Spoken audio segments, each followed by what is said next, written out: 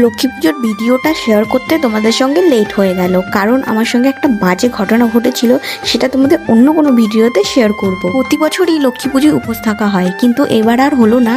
আর তার জন্য একটু মন খারাপ লাগছে, কিন্তু কোনো ব্যাপার না, ঠিক আছে, পরের বছর ঠিক আবার করব পুজো। এদিকে বোনকে বলা হয়েছিল সুন্দর করে একটু আলপনা দিয়ে দিতে, তাই ও দিয়ে দিচ্ছিল। আর এদিকে ঠাকুরমশাই চলে এসেছে, পুজোয় বসে গেছেন। তখন বাজে রাত 10টা। আসলে একবারই পুজো করতে করতে আমাদের বাড়িতে একটু লেট হয়ে গেছিল ঢুকতে।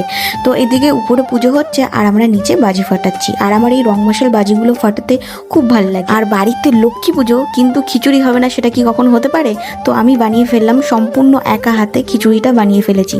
কারণ যেটা আমার খেতে ভালো লাগে সেটা আমি নিজেই করে খাই, আমার বেশ ভালোই লাগে। আর খিচুড়িটা এত দুর্দান্ত খেতে হয়েছিল, মানে আমি ভাবি যে আমি এত সুন্দর রান্না করি কি করে। খিচুড়ি, এদিকে গোবিন্দভোগ চালের খিচুড়ি, আর ছিল বেগুন ভাজা। ভিডিওটা এডিট করতে করতে দেখে আমার এখনো জিভে জল চলে এসছে আর খেতে ইচ্ছা করছে, এত টেস্ট।